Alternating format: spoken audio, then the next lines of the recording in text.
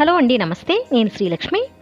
ఈరోజు మన వీడియోలో అందరికీ ఉపయోగపడే కొన్ని మంచి చిట్కాలండి. ఇవి చాలా బాగా ఉపయోగపడతాయి. చివరి వరకు చూసి మీకు ఏ టిప్ బాగా నచ్చిందో, ఏది బాగా హెల్ప్ అవుతుందో నాకు కామెంట్ సెక్షన్లో తెలియచేయండి. ఇప్పుడు ఇంకా ఫస్ట్ టిప్ చూద్దాం.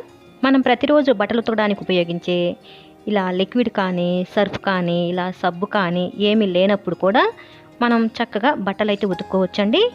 మనకి కావాల్సింది ఒక గుప్పెడు కుంకుడుకాయలండి. గుప్పెడు కాయలు అయితే కనుక ఒక బకెట్ బట్టల వరకు ఉతుక్కోవచ్చు.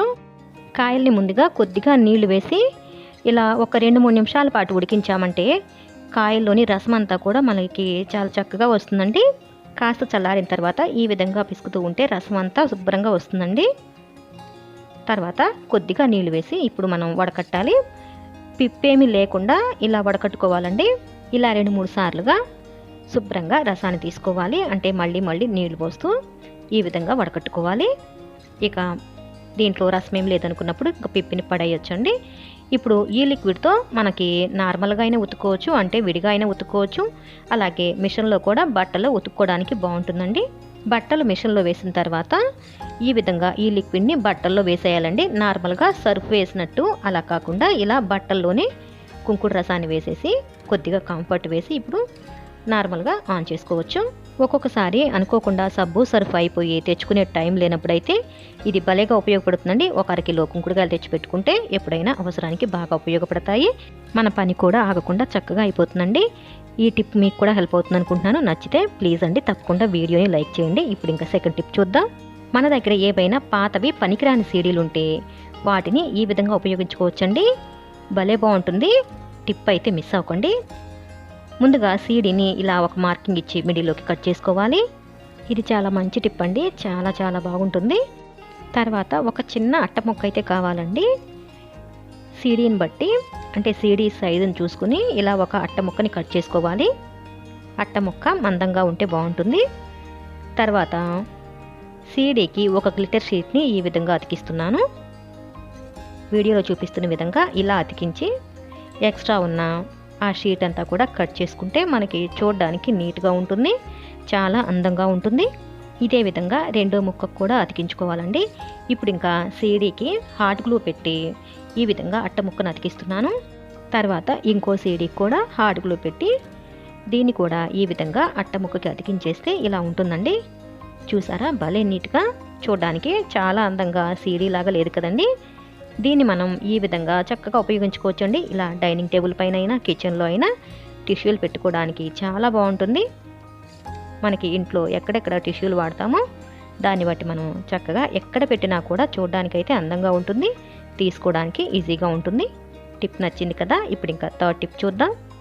మన దగ్గర ఏదో ఒకటి కూల్ డ్రింక్ బాటిల్ ఉంటుంది కదండి. కాస్త పెద్ద సైజు తీసుకుని దీన్ని ఇలా కట్ చేసుకోవాలి. ముందుగా పై పార్ట్ అంతా కట్ చేయాలండి. ముందుగా చాకుతో ఒక హోల్ పెట్టామంటే మనకి కట్ చేసుకోవడానికి ఈజీగా ఉంటుంది. తర్వాత సిజర్తో ఈ విధంగా కట్ చేసుకోవాలి. ఇలా కట్ చేసుకొని అడుగు వైపున హోల్స్ పెట్టుకోవాలండి. వీడియోలో చూపిస్తున్న విధంగా ఇలా అడుగున హోల్స్ పెట్టుకోవాలి. ఏదైనా ఒకటి పాతది సిజర్ అయినా పర్వాలేదు, లేదంటే ఏదైనా ఇనుప చొవ్వు ఏదైనా ఉన్నా దాన్ని స్టవ్ పైన కాస్త వేడి చేస్తే ఇలా ఈజీగా హోల్స్ పడతాయి. తర్వాత బాటిల్కి పై వైపున కూడా ఇలా హోల్స్ పెట్టుకోవాలండి. మనం ఒక తాడ్ని ఇలా హ్యాంగ్ చేసుకోవడానికి వీలుగా తాడ్ని ఎక్కించడానికి ఇలా 2 హోల్స్ పెట్టుకొని ముడి వేస్తే మనం హ్యాంగ్ చేయడానికి వీలుగా ఉంటుంది. ఈ బాటిల్ మనకి బాత్రూంలో టాయిలెట్ బ్రష్ పెట్టుకోవడానికి భలేగా ఉంటుందండి. టాయిలెట్ బ్రష్ అనేది అలా కింద పెట్టేసామంటే పాకుడు పడుతూ అలా చిరాకుగా ఉంటుంది. బ్రష్లు పెట్టిన దగ్గర అలా మరకల్లాగా కూడా పడుతూ ఉంటాయి కదా. అలాంటి ఇబ్బంది లేకుండా నేను ఈ టిప్ని అయితే ట్రై చేశానండి. బాటిల్ని అలా పక్కనే ఫ్లష్ ట్యాంక్ వచ్చే ట్యాప్ ఉంటుంది కదండి, ఆ ట్యాప్కి ఇలా హ్యాంగ్ చేశాను.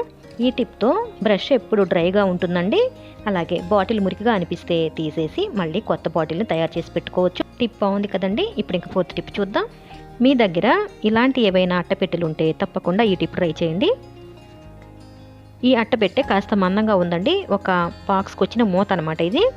దీన్ని అయితే నేను కొద్దిగా సింపుల్గా డెకరేట్ చేసుకుంటున్నానండి. అంటే ఒక క్లాత్ని ఈ విధంగా అతికిస్తున్నాను. మీ దగ్గర ఏవైనా మిగిలిపోయిన బ్లౌజ్ పీసులు కానీ లేదంటే పాతవి ఏవైనా టీషర్ట్లు ఉన్నా సరే కట్ చేసి అంటే మూతను పెట్టి దాని సైజులో కట్ చేసుకుంటే మనకి అతికించుకోవడానికి వీలుగా ఉంటుందండి. తర్వాత ఇలా హాట్ గ్లూ పెట్టి అతికిస్తున్నాను. హాట్ గ్లూ అయినా లేదంటే ఫెవికాల్తో కూడా అతికించవచ్చండి. ఇలా చక్కగా అతికించుకున్న తర్వాత లోపల వైపును కూడా ఒక ముక్కని ఈ విధంగా అతికిస్తున్నాను. అంటే మనకి ఇది ఒక అట్ట పెట్టే అన్న విషయం ఇంకా అర్థం కాదు. చాలా నీట్గా ఉంటుంది, చక్కగా అతికించుకోవచ్చు. చూసారుగా, దీన్ని మనం ఒక ట్రే లాగా తయారు చేసాము. దీన్ని మనకి నచ్చిన విధంగా చాలా రకాలుగా వాడుకోవచ్చండి. ఇప్పుడు ఇంక చూడండి, చక్కగా లోపల వైపున ఒక టిష్యూ పరిచి దానిపైన ఇలా పచ్చడి సీసాలు పెట్టానండి. దీన్ని మనం చక్కగా డైనింగ్ టేబుల్ పైన కూడా వాడుకోవచ్చండి. ప్లాస్టిక్ వాడకుండా ఇలా న్యాచురల్గా కూడా టేబుల్ పైన అందంగానే ఉంటుందండి. తప్పకుండా ప్లాస్టిక్ వాడకాన్ని తగ్గించాలనుకుంటే ఇలా కూడా ట్రై చేయండి. అలాగే కిచెన్లో అయితే ఇలా ఆయిల్ డబ్బాలు, నెయ్యి డబ్బాలు పెట్టుకోవడానికి కూడా బాగుంటుంది. ఇంకా డ్రెస్సింగ్ టేబుల్ దగ్గర కూడా మన ఫ్లక్కర్స్ అని క్లిప్స్, ఫ్లక్కర్స్, హెయిర్ బ్యాండ్స్ అవి పెట్టుకోవడానికి కూడా బాగుంటుందండి. అలా మీ ఐడియాని బట్టి ఎలా కావాలంటే అలా ఉపయోగించుకోవచ్చు. ఇప్పుడు 5th టిప్ చూద్దాం. కిచెన్లో సింక్ దగ్గర ఈ ఐడియా భలే బాగుంటుందండి. బట్టల క్లిప్ ఉంటుంది కదా, ఒక క్లిప్ను తీసుకొని దానికి ఈ విధంగా డబుల్ సైడెడ్ టేప్ని అతికిస్తున్నాను.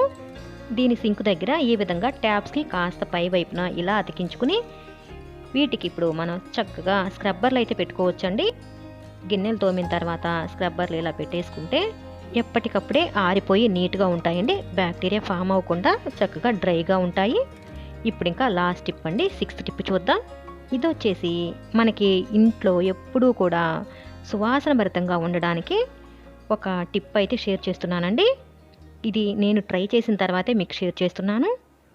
మన దగ్గర ఏవైనా పాతవి క్లాతులు ఉంటాయి కదండి, శుభ్రంగా ఉతికేసి ఇలా చిన్న చిన్న ముక్కలుగా కట్ చేసుకోవాలి.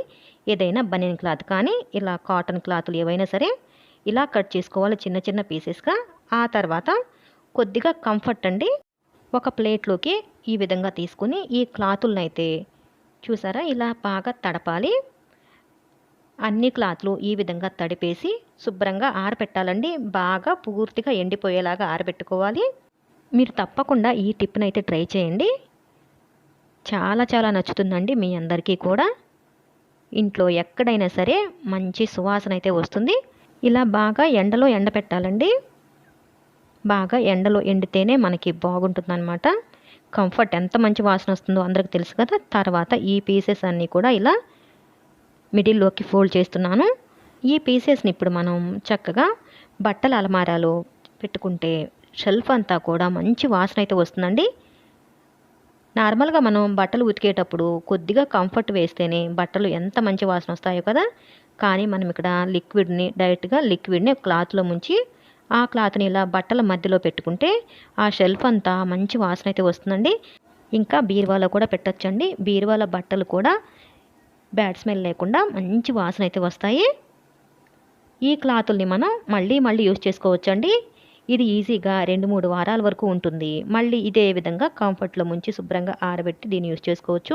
ఇలా బెడ్షీట్లు, దుప్పట్లు ఉన్న షెల్ఫ్లో కూడా పెట్టుకోవచ్చు. ఇంకా ఇలా ట్రావెలింగ్ బ్యాగ్స్లో కూడా పెట్టుకుంటే బ్యాగ్స్ అనేవి మంచి వాసన వస్తాయండి. ఇవాల్టి వీడియోలోని మీ అందరికీ ఉపయోగపడే టిప్స్ అయితే ఇవేనండి. మీకు నచ్చాయి అనుకుంటున్నాను. నచ్చినట్లయితే ప్లీజ్ అండి తప్పకుండా లైక్ చేసి, షేర్ చేసి మీ అభిప్రాయాన్ని కామెంట్ సెక్షన్లో తెలియచేయండి. ఇంకా మంచి వీడియోస్ కోసం ఛానల్ కూడా సబ్స్క్రైబ్ చేసుకోండి. Thanks for watching this video.